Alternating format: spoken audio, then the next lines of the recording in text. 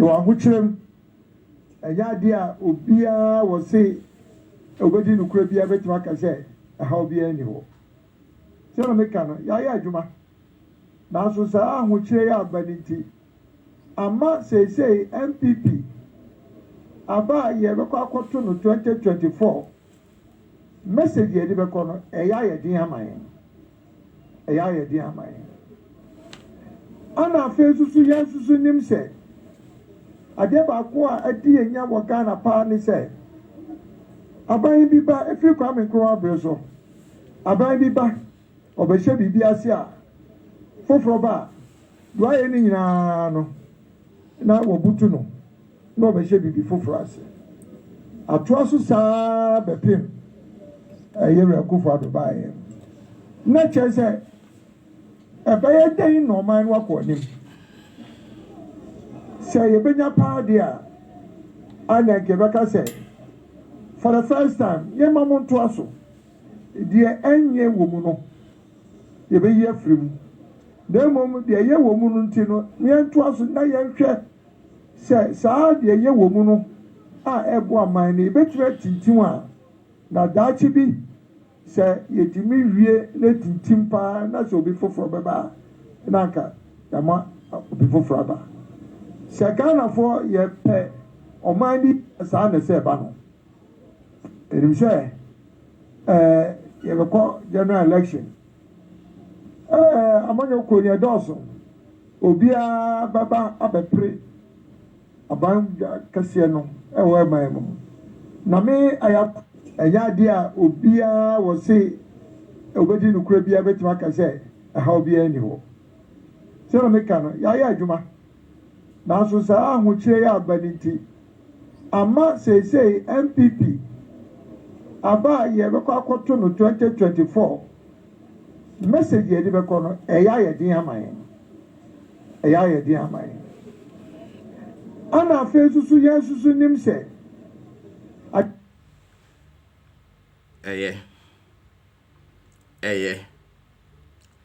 mo piafo yasi mo na wanu hwan mo opiafo we die enye na wanu hwan mo we die align kwajo chire matwen yes align kwajo chire matin align kwajo chire matin wanu hwam wakasa wi wo say 2020 for no MPP money message amoko ka chire manfo because they say message how to craft a message ayedin the no person me botia no mabono enti align ade ba ko a adi enya wo Ghana pa ni yo ahuchirem tie enya dia obia wo say obedi nukura bia betima ka say ha obia ni ho how dey be wo ho se no me ka no ya adwuma na so sa ahuchire ya abaniti ama say MPP aba ye be ko akoto no 2024 message ye de be ko no ye din amayen eno no ma wie ho now yen san hwe ade bi nso wa ha yen hwe ade bi wa ha yen hwe this woman so near oka somewhat younger than me, but these are all people who have worked. They have worked very hard. They could have left the country when others were going. They stayed. They worked for the nation. And we've had our ups and downs and everything. But bit by bit, a lot of us are from the generation where you were always encouraged to save for tomorrow and all that. Sometimes we've been through times when all your savings become nonsense because of some government policy. Then, over the years, bit by bit, people have become more confident in the economy, in investment and all that. And quite a number of people here today, when they retired last 2 years, they've put everything into government bonds. And now all of a sudden, it's a contract, isn't it?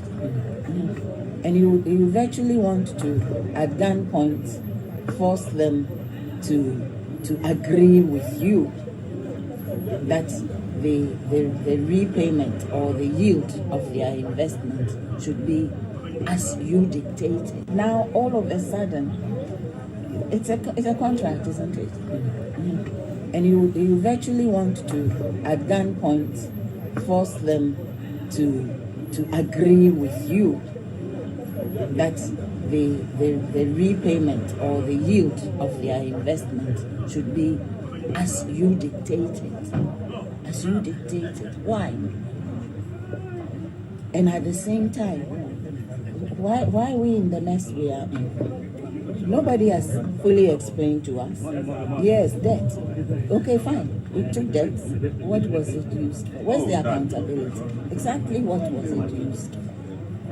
You're not telling us about how you're going to be able to make things better by just by help me and I'll help you. No, you help yourself first. Let me see you doing something serious. Because we've seen these sort of things too many times.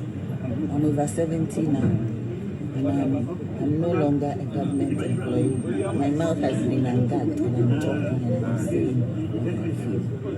And it's important that the elderly in this nation should be respected. One, I find this wicked, I find it disrespectful, I find it unlawful, I find it totally wrong, period. Because you don't see that and I'm talking and I'm saying what I feel. Abusua yemre nti wa ho. Ma me pause video no wa ha. Na yeni nkomo kakra. Yemre nti. Ma me okasa ye former Chief Justice of the Republic of Ghana. Ma me Sophia Akufu. No, yet the immediate past Chief Justice. Between 2017 and 2021, and a mammy way, a free so I know on your Chief Justice view. Mammy we and Rahi who near course so I call Jenny or more pensioners, no, and no more picketing. Or Jenny picketing no and course of finance ministry, no mammy grow friend saying Sophia Kufui, former Chief Justice. Aban way by you, Akufuado Aban way by Mammy way na first Chief Justice or more appointed now, no more year Juma could see first time on the by year between 2017, obviously 2021, and a call ye, and a fufrui, I buy. Mammy son can't you be also say, Mammy, yeah, friend is Sophia Kufui, apart from say, well, yeah, by way Chief Justice, I know was so. I could find an appointed my Chief Justice. No. Even at the time, yeah, 1 year Chief Justice be you know. 2020, Mammy win and not COVID, no, a black COVID, a bag Ghana, no, COVID-19, no, COVID-19 by, no, pandemic, no, a buy, and Mammy win, fund deny a tea, and Mammy win, not that, no. 2020, nanu year 2020 no COVID management committee management fund na yeti and mami we ne da no enti mami we no one year far from this MPP government led by Akufuado, 1 year far from it. But what are some of our would describe what action na finance minister na take say debt exchange program, no debt exchange program to pensioners nisika omo omo person mo touch no ankrofo can say finance minister no wonya no no na pensioners no yeden omo ye picketing and na ma me we friend no Sophia Kufuyi a wo ye nanu ye Chief Justice Akufuado aban pen so me say nra yi akra na Akufuado efa no de ne to COVID-19 here by Mammy we national fund no. Eso no. My men say side decision now about wing and then the finance minister no atake no one or say a wicked a wrong name pono what can baby my man ho ese a nonsense government policy a very nonsense government policy. Mami address this issue. I will say empany for As3m can you say to fu anti any aboa onwam atikopo me tabu sabe win to fu anti any aboa onwam atikopo na wiase no wo ho na so de tu fu awunti a ye beba ne bi ni say mami so am opposition for no message you yes anti As3m na ka was say or no over 70 years say we pensioner enna oni abamu enti otimi kana dwene o wa abamu ha enna wo ye adwuma ni agage wo ntumi nka enkasa but ahane de wonya aban bi adwuma nti wo kasa wo se sa decision na aban we Akufo-Addo ne finance minister na take say wo sa bond broken bond brokers no or se pensioner for se ka omodo mo se koka no or patch say a senseless, a very wicked and nonsense government policy. And that one. Ye who can some way you say enti sabi MPP government now say MPP partner wo hono 70. Ye ni nyansani bia wo mu obetu Akufo-Addo ifo. Ye mu bi now the social media obi oni mi bia nim. Why na support Akufo-Addo chan me amete hen. Why not support Akufo-Addo defend Akufo-Addo chan me amete hen. Eba ne say na me majai Akufo-Addo na chi di me nka na sembio because ya ka ya bere ena sesan ye bia ma no person ya na oye enti ne emu bi ni ye twen ye ho si ye ne defend Akufo-Addo bio ye nkasa ma Akufo-Addo bio oda na ye wo ma Akufo-Addo no afri ye mu ekọ ene me ti he me kama dwene se na tie me say me emu bi no ya kasa ma Akufo-Addo no achew but ye who said this man is very disappointing. We fail totally. We are complete failure, Akufo-Addo.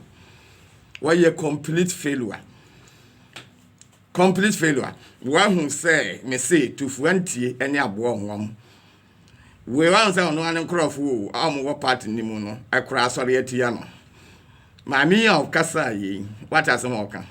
And now the first video na boy na alanche Martin so As3m oka ye no. Because Akufo-Addo na map or na busua ne nuanom no ma hajake someone in government o ma hajake MPP party no nti alan say a difficult message how to craft a message you know a difficult because look at the situation now.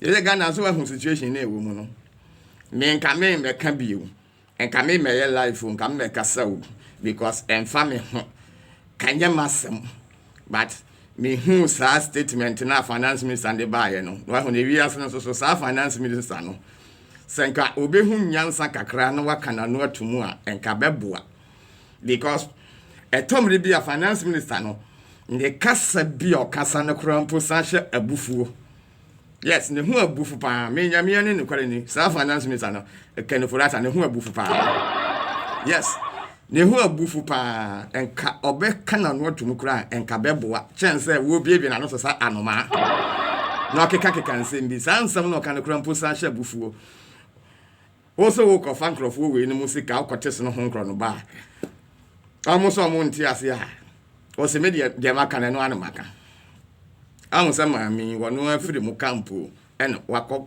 epekete a ti nsem mami we ka Parliament friend as a finance minister no mra nasa pensioners sa a friend is debt exchange program ya working one mra no me chiri mu no so Tuesday no parliament so mra parliament runs also why you busy won't mingo so ujane oti asama ma me kai e no anso ne question am ya mete hei maybe sir ma me ne say wakobo besnia ana wo se wo pese kakotua oka nti sa debt exchange program na wo ye no o se besia na akobo ye no sika ne wan at the end of the year. Won't you mu kwanya o sika na wo kwaje ye no de ye eno ane so ye sika na wo betete so Akufo-Addo there were disappointing many people including me amete Akufo-Addo were disappointing him big time na why na ho say no bibia amfa na ho because no angasa mu na sekwan so Akufo-Addo ni na ohwehwa ane so wa be president nti say 1.5 years bi akai onfa ho waye odwanfu se John Mahama nua no so na young conso no ye nti obi aha because na wo ye mu bi eno na ma ye jai se be kasam Akufo-Addo because you say the man is not serious na or send the MPP parties into opposition what the party na twam opposition kura or the MPP na atwam opposition MPP no they say ya make as MPP party no omo opposition kura I'm telling you someone can say nipa ni be your party ni mu no they have seen it e bin align na mo working what's saying what's the message kura on be kan e yedene message MPP be kwa campaign e yedene because under this current situation I'm going to mean say was makobo besia na akobo ye no wo de ye dan ya wonti min chire mu na ne number bi na me say finance minister no hu pamono also wo pamono Akufo-Addo pam finance minister you pam finance minister also wo pamono o ye unu ye so wo faase ono ana ne be ye aduma ene wo ne mo be gi anim guase pa I'm telling you be gi anim guase we statement ya Finance Minister the Babontin. Excuse me to say a very, very stupid statement. Now I'm saying when you're serious. Oh yes. Finance Minister when you're serious. And like I'm saying, obekana no krampa tumua. Obekana no atumua and kabe boa kakra. But the way I will be na no nsem bia o keka nakra no. Essential bufu.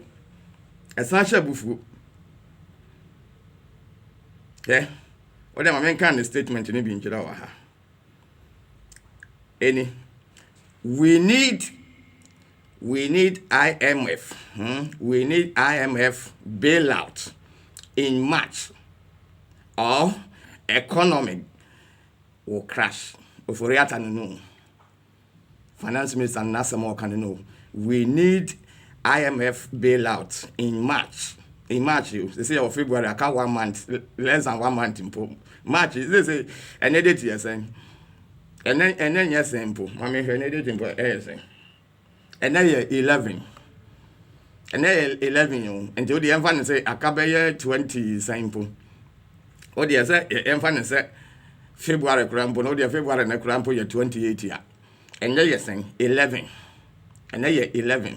Into your barely about emphasis 17 days you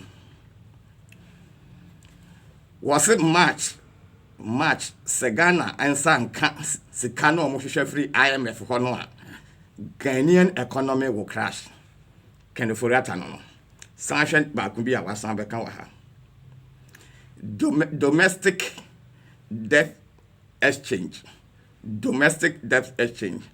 Government considers including pensioners fund.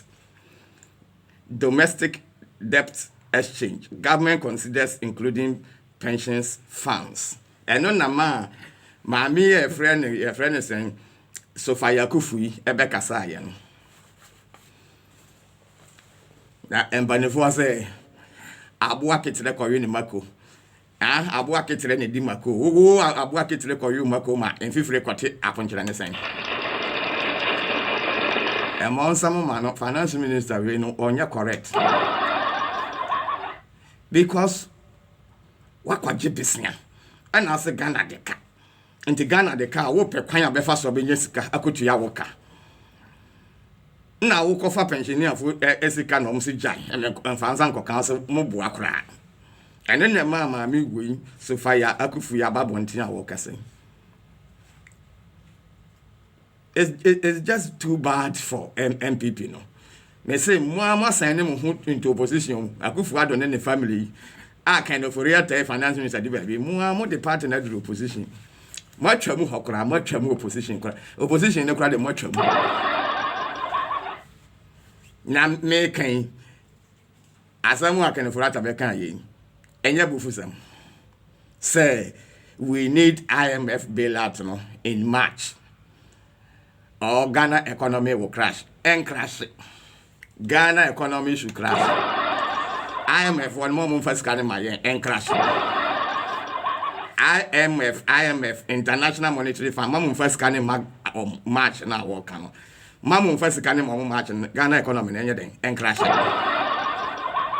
Jimmy for that be a cancer as a moving. Moi Jimmy sa na mugu Africa keke. Munni nyansa, munni muntoto ye. The munni mani rhetoric no ni dede. Ano ni dede. Na wa bobe snap sa na say na ma ho a kire say wo hia sika kotua woka. E na wo kotua woka no krofo kra kire wo aban ne say wo pese unya sika friends and domestically ana unya sika wo fie a na otimi edutua woka. It's not about this pensioners no awo form sika na say but modern say you cut down your government size. As someone nipa ka kire wuni parliament ya kasa asemu wen including asori Christian Council krampo na no Pentecostal ayi kura be ka kire say aban cut down the size of your government. Nankasa biu alanche matin say no wajai one year trade minister biwa ade na wo kwakop appointed KT Hammond asa akofa your friends in share so what the same krampo in share so MP abe ni deputy obi a wo hia sika you need money grofo etu for say wo government size no eso enti cut it down no na kanyame a wadom krampo na trade minister no ala free ho a fama obi nhwaso we fama obi ka fama obi a already no until ka yehunu ye enka trade ministry no now they ama ebia obi a no already no or position bi say o manage ni sa because ukra ka sen no wafiri so e aka wo sen akufu ado wankasa mo ukra ka wo sen e no wafiri so enso so aye ne ho asodin e no aye ne ho yenti obi a na oyere na sabiu kwasi kono ogina nkwanti ya akoye se sabiu yesi abrewa wu ne yade akwakora kodi ade ana akwakora wu ne yade abrewa di ade say aye no ne yatu aheda na wu hia sika enunti na wo kodo nsakoka pensioner fo sika wu hia sika na wu hia no o ministers na wo ho no keka ministries ni bi bom ne bi nkotena fie ana say o se da bi enti ala nkora free ho no wasn't Kawuma already minister be or take over. Now I extra responsibility in the manner no. There be what's I could choose KT Hammond song by substantive minister. And now what they in As3m so for instance Stephen Amu was yes Stephen Amu honorable Stephen Amu Abedin Dr. Stephen Amu Abedin the deputy. Not all the way free Hakoshaha, no the way free Hakoshaha, we co chieftaincy. Appointment in Pono or you were appointment for fro. Yahunu Asabi the moon in Abu Bamun and Crawford. Akufado, 1 year serious mind back to say. Yendi, you can't ye, entering your train, your free party, some your train, your free money. I don't say Kufano defending because this man may say. What collapse MPP party no me na me kan kire opa man dey nkoto abasa MPP be win election na me say mwatwamu opposition mwatwamu opposition eno na ala na mo na wo ka say 2024 no campaign message graba dey amom na na ehwe mo former chief justice mpo na e ka say side decision now aban wo take no e nonsense government policy nyansan biya ni adwene biya ni akwaje obesia pekwan ya befa so enye omusika ena tools desia na akwaje ye no ade be ye na wen ade na ade be ye ade kon be ye no nya ho investment fatu ya okay ye tu akufu adofo awon fa ena making tewo government size ne so ke kan bi bomu a was there bi afi kura de was san ye new appointment say ye reshuffle ade any reshuffle ni ono afiri ho agric minister no we the agric minister na sa akoma obi foforo mi ami kromu ko bia champions ye friend say yes It's only a new agric minister. And you do so Ababe, Katie Ham, Ababe, French and trade. Akufo-Addo. And MPP for me, Chiamuna. Now, South President Akufo-Addo, no dear. Naminim says I not here. Naminim says I not you. Near my Ghana for Jenny DFS with my baby, when to me, Mamma Yehu. Maybe I will not talk about infrastructure. Infrastructure, the about coining near my beer, why yes, I when D1F. So, why airport, why ya coin, was this school dying, district, friend saying hospitals, or ye, any regional hospitals, plus, one D1F, yeah, or ye factories, you and no side, me bombing some money. And they are idea, idea, or say. But government policies in there were move to one and German. I COVID, and a chum did that. Massa went to near man, Cocasso Cash. COVID, the Chami and the Sabi Asia had meeting. Asia had no crumpa COVID, a headquarters. When COVID in the headquarters work around, things are back to normal. Our economy and crash.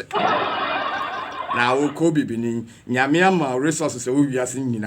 Who resources will be beer, who to go to cotton, who chatting by free forest cotton, who the oil air cotton, who the bauxite air cotton, who talk cafe, who talk cafe, who talk tick, who talk the beer, who we are singing, and Yamiama be. But oh, catch that IMF for say March, yeah, cut less than, because they say, and 11th February, you see, who the 29th. 29 for another 11 for cousin. Or the fans are 18 days. Or in would 20 days. And they say no finance minister say by March, IMF and first Ghana economy will crash it. And crash it. Ya brand money politicians. Ghana economy and crash it. The entire bonus in my IMF from first Ghana not economy and crash it. And more Jimmy Mundimun to yet. Mo ho kra ye niwu se e might se Ghana krokete we you nyanya me adom resource we nyina achi mo antimi amanage mo ho anei mo dan IMF pesika sika sankra na mo pe about $3 million us ahe na ye kira o se wo ministers no na de ne doso ke ministries ni bi bom na tetete ne ma so a eno de wo nye o afi kra na wo ye new appointment kira yen. Now, over country say IMF one first can March Ghana economy ebe crash. Near Timu Yazi, a Timu Dada. More first can and crash. A Jimmy for who knew the moon Kasakeke. Ghana economy crash. Munya salary na mo general. Mo no ministers no appointees. Munya salary na mo sevuska. Mbenyesika. And Nimgrassi for we crobity and Nimgrassi, the whole Africa country ben or Kansas will be say, your economy na drew point be a baby a drew no say I am a phone first can my your country economy never crashing. Country ben Africa or Kansas will be. And Nimgrassi and Mugu Ghana and Keke. And to be a who say Mu so stupid. Mu so stupid because somehow who can Panyansa Ben our finance minister better win. Say March in America, you can less than 20 days. Say IMF for first Ghana, my Ghana economy will crash. Me say more first Ghana, not economy then crash. Miss management go to Muntimin Yehu and I'm Moteteho. You can say COVID. Yes, COVID in the affected BBR, but and Asia Hana headquarters, Hana COVID Nifrino, and everything is normal. Would you want to be young to turn out to her? Maybe $1 as I could do. Oh, yes, but and a chronon and if I be grab anyone or born a kufa to her. And then so at me, Office of Special Prosecutor, the Abetuja, and Nipa 4. Omugu him, VIP, Vice President Office, no more who Nipa 4, no. Just say, wife for when you just said the Padio when you need the Yomanyam who's the they couldn't explain it. One explain what? Na or no special prosecutor na frem say momra me chechire mu kwam fa so nya sa sika na monyan bebrebe no because mo ya ban djuma eni e den monyan sika sen so mo amati mu nsam krono kwan e koso na kufa na so gere ho krono gutu e na e koso be den no man monyan sika ya mention nipa bi open kware ya kasa wie but me say onipa wo se wunti afutu a Akufo-Addo no dia na me ya say ono no wa set party no no the party ne co position no dia we abedi ni mere awie nti bi na lancha maten kan because alan wo ha ho kwa anya dia aba no benya MPP no already no mo to ma me na no mo sansi o mo ho man ka so mo twam co position de dada yes me na me kan chere because we asema wo kan obi mfa sika mre wansa no wo economy atimi ya adwuma bibini entimi nya ntoto ya 30 million population awrade emaniwu na emaniwu asema mo sa aban ya motesim yen as support aban sa but and then what disappointing me Akufo-Addo very disappointing Abusua me see am chia o asem ni nyina no ya ka no wa group party no no de ko mo so ne so and Akufo-Addo yes the policy so the free SHS by wayade but enye free SHS in Ghana edeka ana ye depths no akoduru ba bi achese aboro so ama se ewiase ba bi ampeso ma ya besia enye free SHS na awrane no na no kra no hwan show pete office wa ya koduru ba bi na wontimi nwrane bi jaye ema parents na mpem sika ntua nya no anu no ba ko ka na ngrofo free SHS na oye no free SHS na oye no ebe ha na economy a wonyan na nka wontoto economy ni yie ma omanfo ate ye nim ntutuye bia da bia me kan me se Ghana ye wo ho ye ho enema bia ye basai ye mfama Asia hafo country bi se China na se Japan so medi Ghana so wo de bia wo mo ni mo japade oil gold adian omonfa but ye mom 10 years omonfa se Ghana say nuru 5 years Ghana ebe ye kuro bia na oman bia wosimu a wo se ye Ghana. I'm telling you kwasampafo de munimani sikadie we as3m ministers be bre twa ho ahia yibia dia wunyi bia dia afi kwala wo san aponte foforo chia amenyunu me ho